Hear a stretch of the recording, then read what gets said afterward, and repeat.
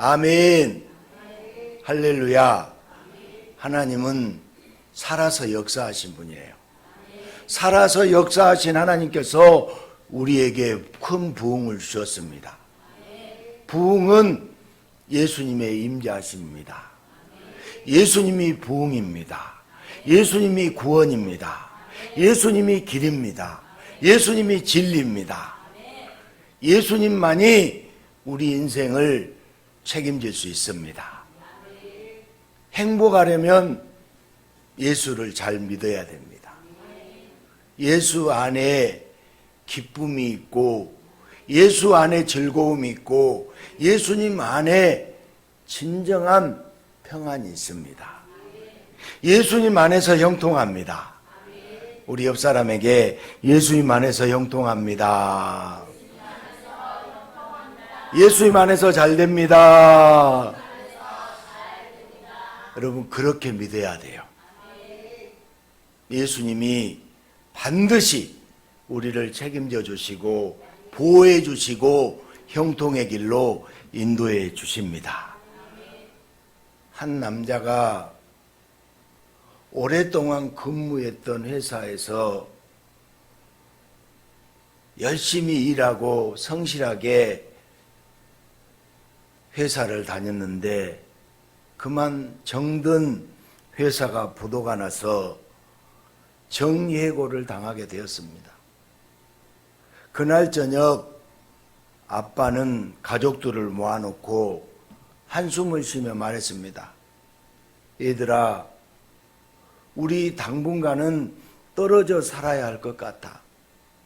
그러자 아이들의 엄마가 애써 눈물을 감추며 물었습니다. 아이들은 어디로 보내죠? 남편이 대답합니다.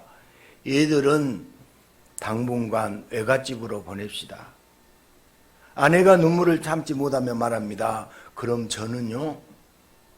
당신은 친정에 가 있구려. 아내가 남편을 쳐다보며 뭔가 이상한 듯 다시 묻습니다. 그럼 당신요? 남편이 엄숙한 목소리로 말했습니다.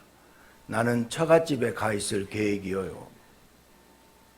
뿔뿔이 흩어질 줄 알았던 가족의 운명이었는데 아무도 예상치 못했던 훌륭한 계획이라고 해야 할까요?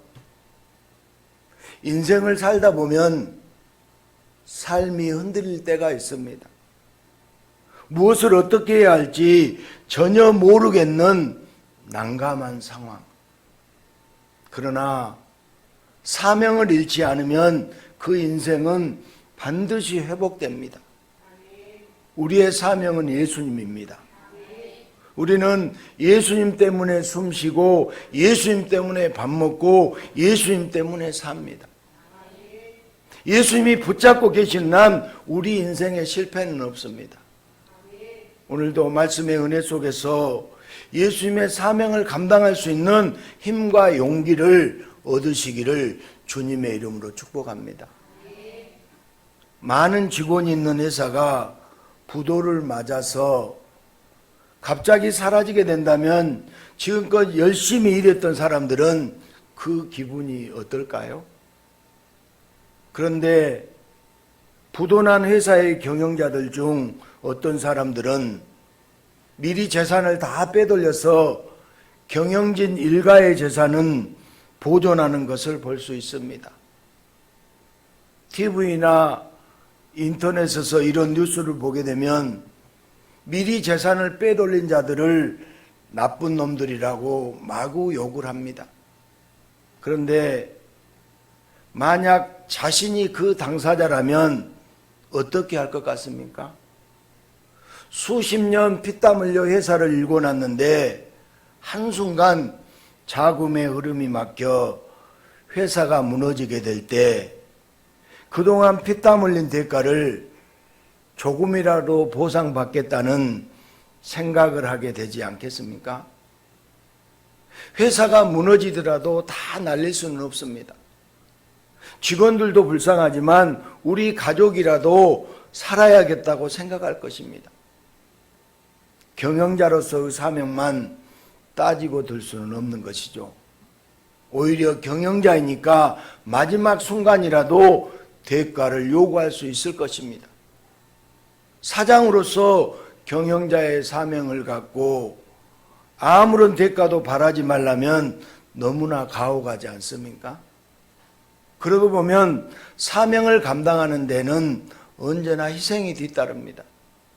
사명을 감당하는 데는 때때로 결단이 필요합니다.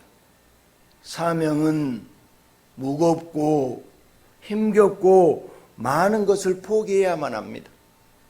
사명은 뭔가 손해를 감수해야 할 것 같은 단어입니다. 바꿔 얘기하면 사명도 대가가 있어야 감당할 수 있지 않겠느냐 하는 이런 생각을 해봅니다. 아무런 대가가 없다면 사명의 자리고 뭐고 떠나고 싶은 것이 당연한 것 같습니다. 다윗은 사명을 잘 감당했습니다. 사울왕에게 쫓기고 있는데 막강한 블레셋을 상대로 그일라 백성들을 도와주기까지 한다는 것은 말도 안 되는 일이었습니다. 그러나 다윗은 움직일 때가 아니었지만 하나님의 말씀에 순종하여 맡겨진 사명을 감당했습니다. 그런데 우려하던 일이 벌어졌습니다. 사울이 죽이려고 달려오고 있습니다. 다윗은 서둘러 이후의 행보를 결정해야 합니다. 마침 제사장 아히멜렉의 아들 아비아달이 다윗에게 올 때 대제사장의 옷 에봇을 가지고 왔습니다. 오늘 6절 말씀을 다시 한번 보겠습니다. 아히멜렉의 아들 아비아달이 그일라 다윗에게로 도망할 때 손에 에봇을 가지고 내려왔더라. 아멘. 제사장의 에봇 안에는 중요한 일을 하나님께 아뢰을 때 쓰이는 우림과 둠밈이 들어있는데 다윗은 에봇을 가져오라 하여 앞으로 어찌할지를 하나님께 신중하게 아뢰입니다. 그런데 에봇을 가져오라는 다윗의 마음은 어떠했을까요? 다윗은 하나님이 주신 사명대로 그일라 백성들을 블레셋으로부터 구해 주었습니다. 당연히 그일라 백성들은 다윗에게 고마움을 느낍니다. 그리고 그일라는 번듯한 성읍입니다. 그런데도 튼튼한 성벽도 있습니다. 이제 다윗도 좀 정착을 하고 싶습니다. 더 이상 떠돌아다니지 않고 털을 잡고 근거지를 마련해서 사울과 건곤일척의 승부를 뛰어보고도 싶습니다. 그러기에 그일라 성읍은 꽤 괜찮은 곳입니다.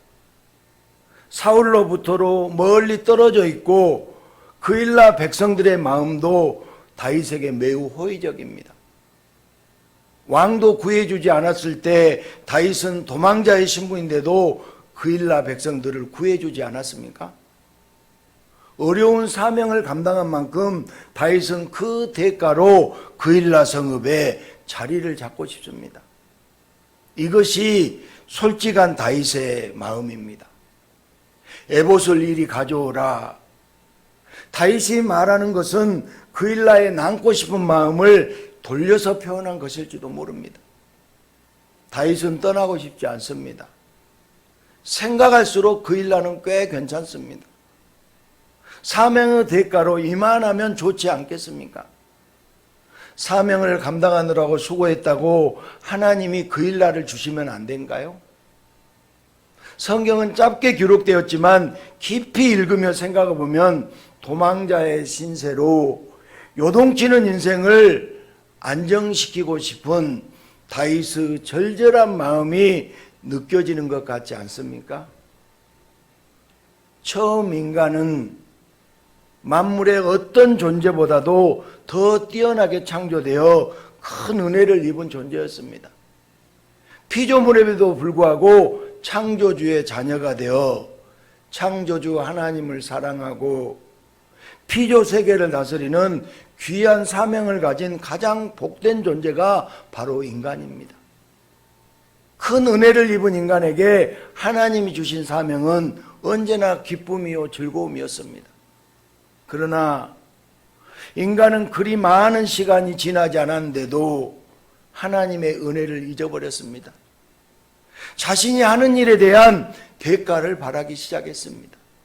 그리고 하나님이 합당한 대가를 주지 않는다고 마귀가 속삭거릴 때 인간은 하나님의 말씀보다 마귀의 속삭임에 솔깃하여 자신이 일한 대가로 하나님이 금지하신 선악과를 마음대로 취하고 말았습니다. 이제 인간은 하나님의 은혜 속에서 사명을 감당하는 것이 아니라 하나님의 사명을 잊고 하나님을 맞서는 존재로 타락하고 말았습니다. 은혜도 모르고 금수 같은 존재가 된 타락한 인간은 늘 서로를 견제하고 다른 일을 질투하며 생존 경제, 즉 싸움이 가득한 험악한 인생을 살아갑니다. 인간으로서 어떻게 살아야 하는지, 무엇을 해야 하는지 전혀 모른 채로 매사에 타락한 인간은 합당한 대가를 못 받는다는 억울함만 가지고 생존 경쟁의 쳇바퀴에서 벗어나지 못하고 있습니다. 드디어 사울왕은 그토록 간절하게 찾았던 다윗의 행적을 발견했습니다.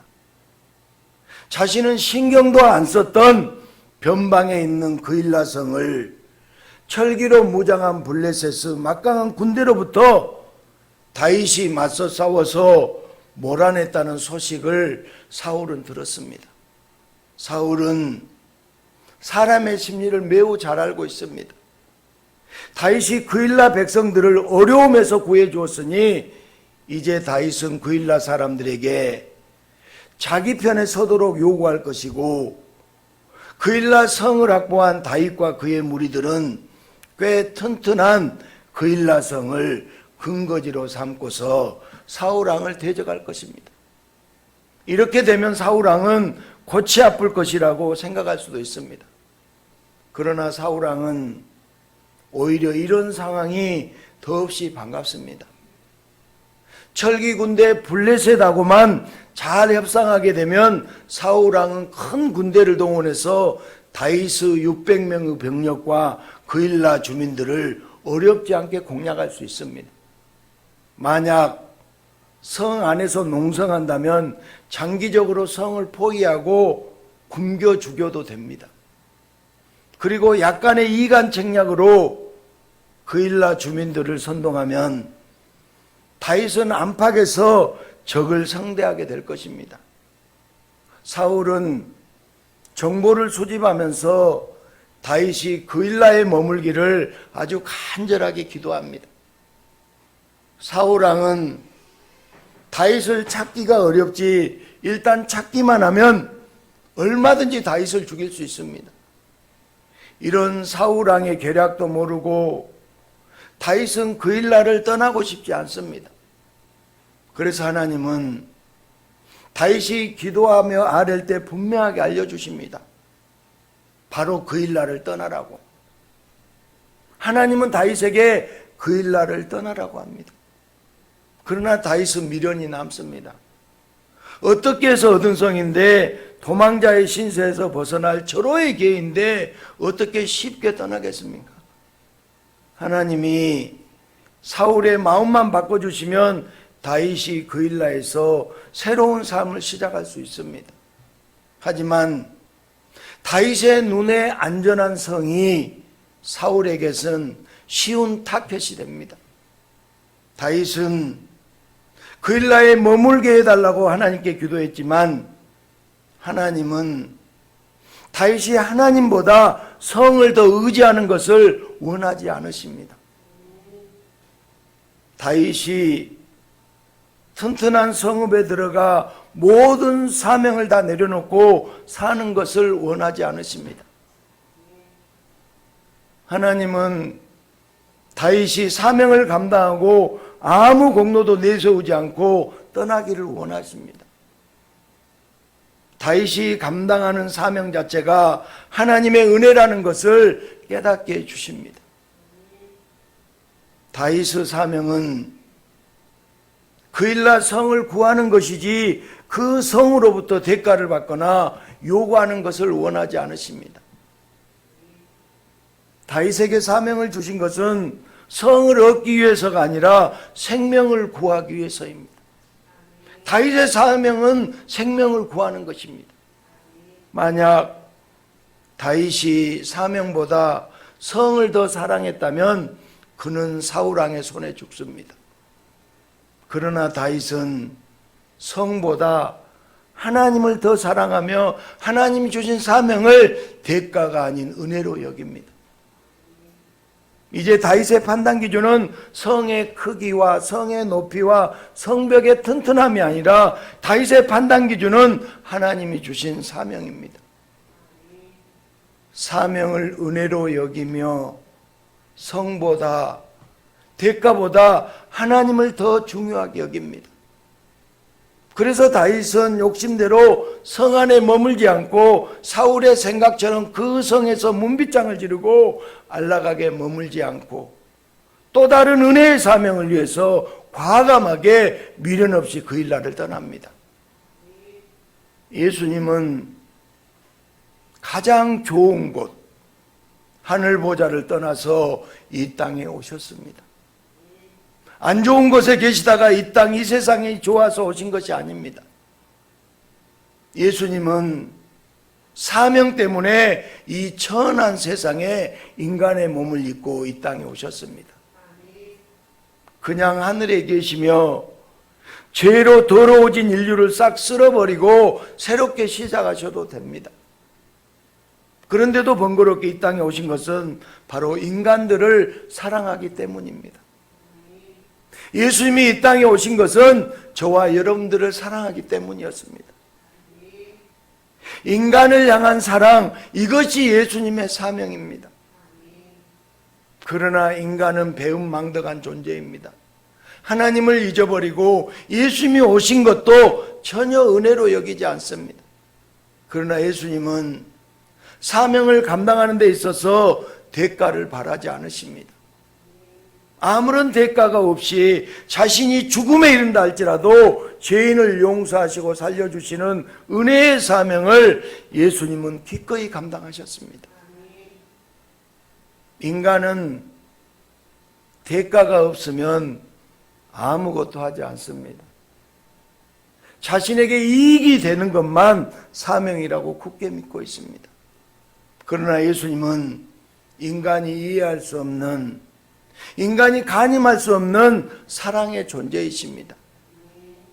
인간의 몸으로 오셨지만 하나님과 동등하신 예수님은 어떤 대가가 없어도 인간을 사랑하기 때문에 죄인을 살리기 위한 구원의 사역을 감당하셨습니다. 예수님의 사명은 인간이 하는 일처럼 대상과 시간과 공간에 제약을 받지 않으십니다.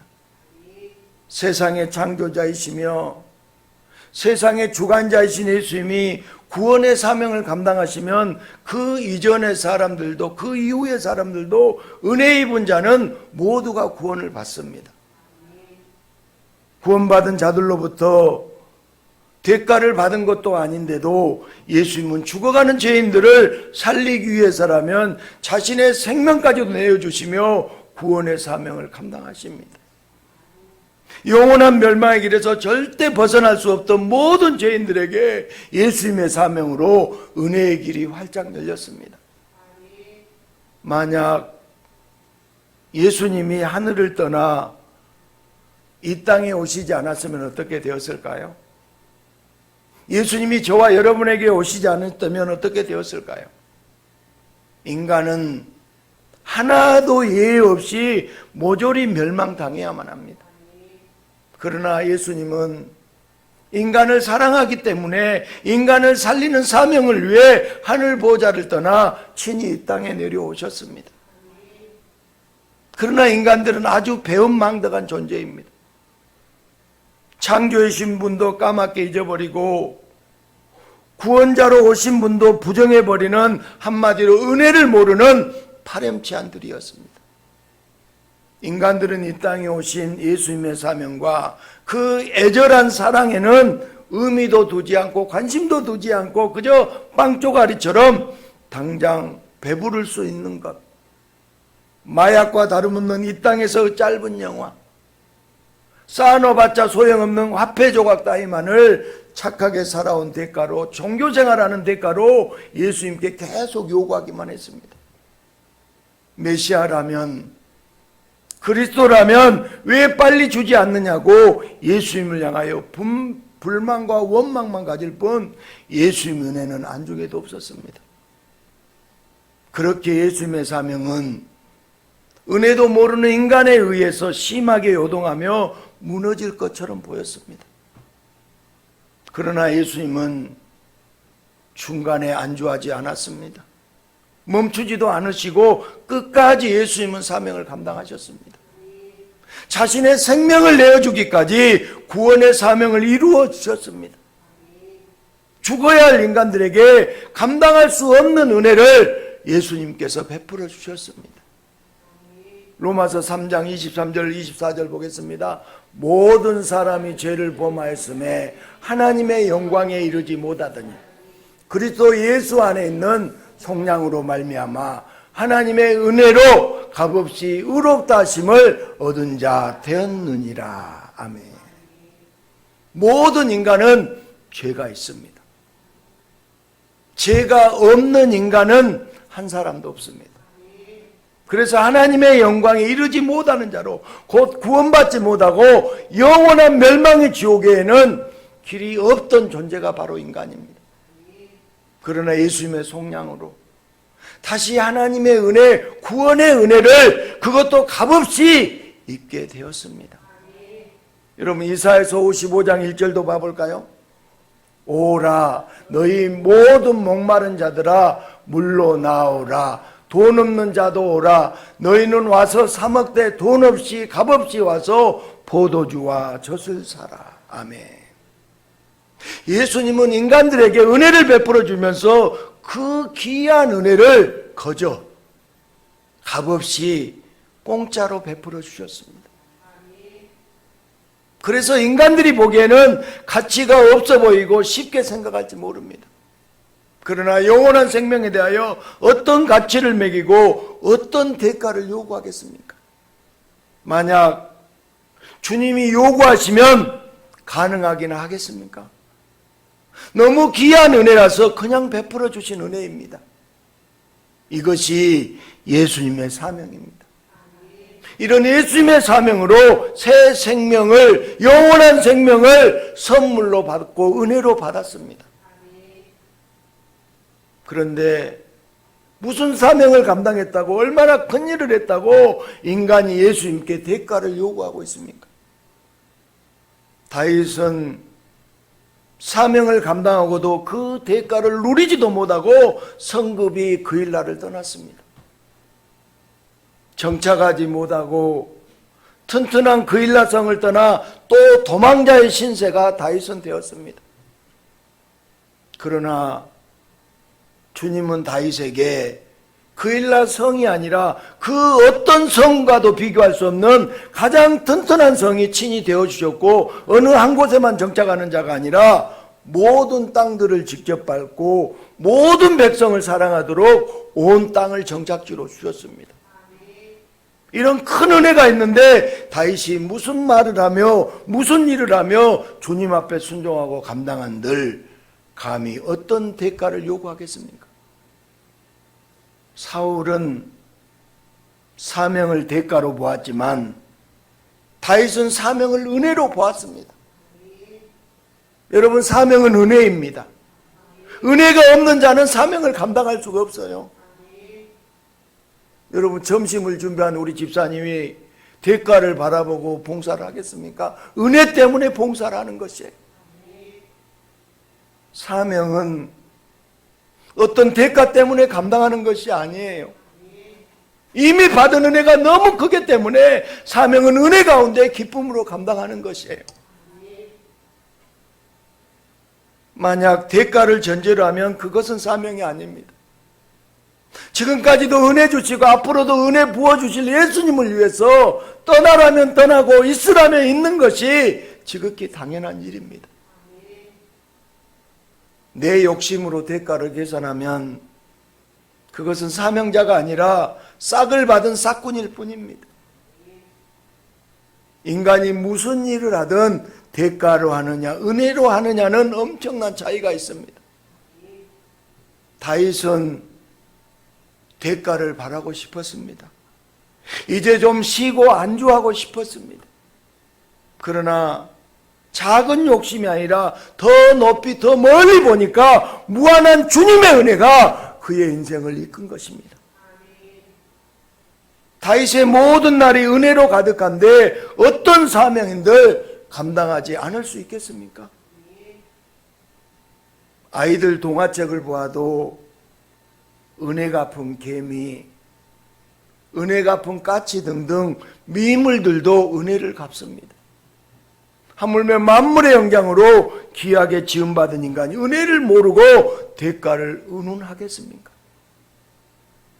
주님이 주시는 사명이 무엇이든 대가를 요구할 일이 아니라 은혜로 감당해야 할 일입니다.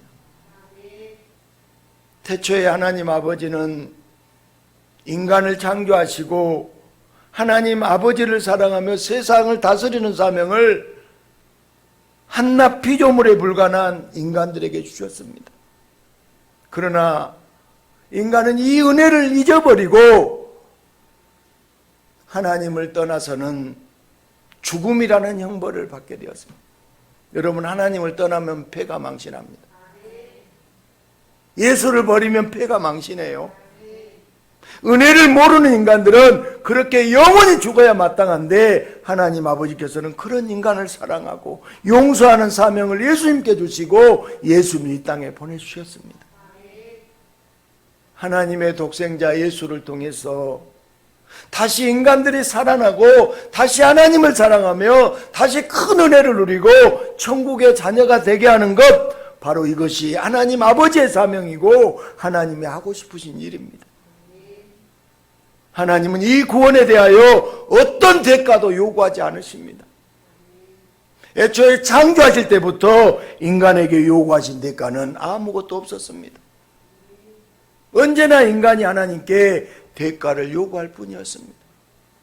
죽을 수밖에 없던 인간들이 누구든지 예수님의 이름을 부르며 구원을 얻게 된 것, 이것이 바로 하나님 아버지의 사랑이고 은혜입니다. 처음에 다윗은 그일라를 떠나고 싶지 않아서 에봇을 가져오라고 하며 하나님께 때를 써보았습니다. 그러나 하나님은 다윗에게 마치 아버지가 어린아이에게 자상하게 가르쳐 주듯이 어떻게 행동해야 하는지, 어떻게 판단해야 하는지 세세하게 가르쳐 주셨습니다. 하나님의 은혜를 다시 한번 체험하면서 이제 다윗은 자신의 공로와 희생을 내세우지 않습니다. 다윗의 판단 기준이 성의 크기와 성의 높이와 성의 든든함에서 하나님이 주신 사명으로 바뀌었습니다. 그래서 다윗은 그일라 성 안에 머물지 않고 또 다른 은혜의 사명을 위해 기쁨과 즐거움으로 그일라 성을 떠났습니다. 그리고 다윗은 자기 수준에서 판단했던 사울은 닥쳤던 개신세가 되어버렸습니다. 다윗이 그일라 성을 떠나는 것은 쉽지 않은 결정이었습니다. 자기를 환대하는 주민들을 떠나는 아픔도 있었습니다.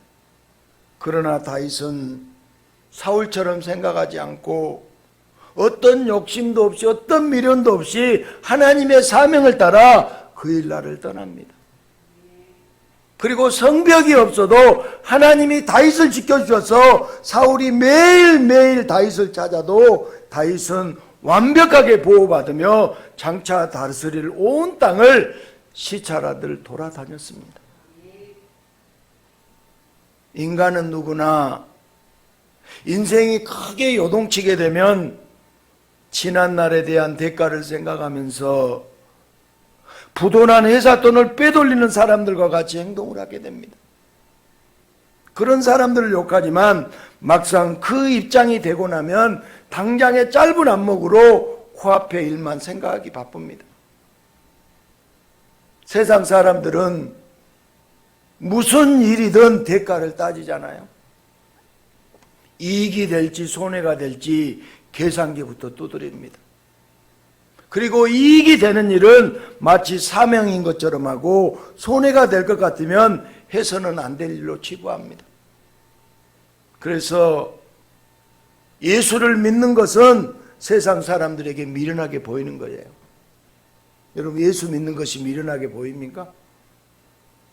그러나 누구든지 예수님께 나와서 그 은혜를 깨닫게 되면 모든 세상이 아름답게 보입니다. 예수님의 은혜를 깨닫게 보면 세상이 아름답게 보여요. 세상의 모든 일이 귀하게 보입니다. 모든 일에 계산적으로 살면서 코앞의 일에만 몰두하다가 크고 놀라운 예수님의 은혜를 알게 되고 체험하게 되면 인생을 더 높이 더 멀리 볼 수 있게 됩니다. 예수님의 은혜가 충만한 세상이 얼마나 아름다운지 보게 됩니다. 예수님의 은혜 가운데 모든 일이 얼마나 귀한지 깨닫게 되기 때문입니다. 예수님을 모르는 자는 무슨 일을 해도 충분한 대가가 없다는 듯이 서운함만 가득합니다. 지옥에 가면 그런다고 그러더라고요. 자기들이 억울하기만 하다고. 여러분, 교도소에 가도요, 자기가 다 억울하대요. 그러나 예수님을 아는 자는 무슨 일을 해도 은혜 가운데 감당하는 기쁘고 즐거운 사명이 됩니다. 그리고 예수님의 은혜는 영원히 감사하며 찬송하는 천국의 삶을 살게 됩니다. 성도는 다윗처럼 주님의 사명대로 살아가는 자들이에요. 우리는 주님의 사명대로 사는 사람들입니다. 그런데 성도들의 걱정은 주의 사명을 감당하는데 힘들지 않을까 하는 걱정이에요. 그러나 전능자 없이 홀로 세상을 살아가며 이런저런 일을 하는 것이 더 힘들겠습니까? 아니면 전능자가 가르쳐 주시고 함께하는 일이 더 힘들겠습니까? 어떤 것이 더 힘들겠어요? 주님이 성도들에게 맡겨주신 사명은 힘들지 않습니다. 주님이 성도들에게 맡겨진 사명은 힘들지 않아요. 왜냐하면 전능하신 예수님이 도와주시기 때문입니다. 이 시대는 예수님을 몰라서 사명도 모릅니다. 뭔가 힘든 일을 해서 사람들에게 인정받고 대가를 취하려고 합니다. 사명이 힘들다는 것은 대가를 생각하기 때문이에요. 은혜를 모르기 때문인 것이죠. 사명이 월급 봉투를 받는 것 같은 노동인가요? 그렇지 않습니다. 여러분, 월급쟁이들이 월급 봉투 받고 충분한 대가라고 생각하는 이들이 있습니까? 전부 적다고 불평불만합니다. 쥐꼬리만큼이라고 다들 한숨 쉬지 않습니까? 사명은 성도를 부려먹으려는 예수님의 행포가 아닙니다. 오히려 사명은 성도를 완벽히 보호하기 위한 예수님의 배려입니다. 이사야서 43장 1절부터 3절까지 야곱아, 너를 창조하신 여호와께서 지금 말씀하시니라. 이스라엘아, 너를 지으신 이가 말씀하시니라. 너는 두려워하지 말라. 내가 너를 구속하였고 내가 너를 지명하여 불렀나니 너는 내 것이라. 내가 물 가운데로 지날 때에 내가 너와 함께 할 것이라. 강을 건널 때에 물이 너를 침몰하지 못할 것이며 내가 불 가운데로 지날 때에 타지도 아니할 것이요 불꽃이 너를 사르지도 못하리니 대저 나는 여호와 내 하나님이요 이스라엘의 거룩한 이요 내 구원자임이라. 내가 애굽을 너의 속량물로 구스와 스바를 너를 대신하여 주었노라. 아멘. 주님께서 불이며 물이며 힘든 곳으로만 인도하시겠습니까? 예수님은 늘 함께 하십니다. 예수님은 늘 함께 하십니다. 그러면서 너는 내 것이라고, 그러니 두려워하지 말라고, 그렇게 예수님 소속이라고 세상에 선포하시기 위해서 성도들에게 사명을 주시는 것이에요. 성도의 사명, 대가를 요구할 일입니까? 아니면 말 그대로 은혜입니까? 우리는 사명이 무엇인지 분명하게 짚고 넘어가야 합니다. 목사들도 사명을 감당할 때 그 어려운 사명을 위해서 엄청난 노력을 기울이고 무수한 땀을 쏟습니다. 그리고 그렇게 사명을 감당했으니까 그에 대한 대가를 은근히 바랍니다. 주를 위해 사명에 헌신했으니까 교회도 커지기를 바라고 이름도 알려지기를 원하고 세심히 돌보지 못한 아이들도 세상에서 잘 나가기를 원합니다. 지금껏 사명을 위해서 애썼으니까 이제 좀 편하게 살면 좋겠다고 은근히 주님께 대가를 바랍니다. 많은 사람들이 은퇴 후에 그림 같은 생활을 그토록 꿈꾸는 것은 평생 감당해온 사명에 대한 대가를 바라기 때문입니다. 그런데 사명은 누구를 위한 사명입니까? 하나님은 누구를 위해서 사명을 주시고 감당케 하시는 것인가요? 여러분, 하나님이 손이 부족한가요? 하나님이 능력이 없나요? 하나님이 손이 부족하기 때문에 그 부족한 손을 메우기 위해 인간들을 불러다가 일을 맡기시는 것일까요? 우리는 사명을 하나님을 도와준 것쯤으로 생각하기 쉽습니다. 여러분, 그게 아니에요. 사명이 무엇인지 모르고 내가 원하는 대가를 발견하면 그걸 붙잡고 머무르러 갑니다. 그러나 예수님은 잘못된 사명에 대한 생각으로 헛된 욕심에 머무르는 것을 심히 안타까워하십니다. 그래서 우리를 살려주시려고 기쁨을 누리게 하시려고 때로는 그 욕심의 자리를 떠나게 하시는 것이에요. 하지만 우리는 그 욕심의 자리에 미련이 남습니다. 예수님의 은혜를 포기하고 요동치는 것 같은 내 삶을 안락하게 해줄 욕심의 자리에 안주하고 싶어하는 것이 바로 우리들입니다.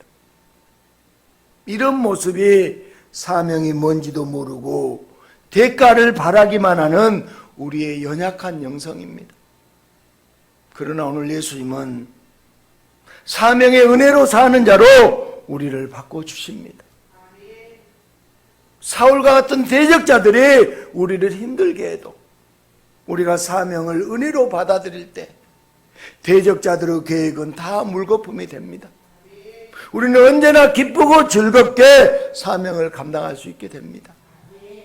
이제 예수님의 사명을 의지하며 살아가야 합니다. 다윗과 사울의 현격한 차이처럼 예수님은 우리를 세상과 다른 이 시대의 사명자로 부르셨습니다. 우리는 이 시대의 사명자들이에요.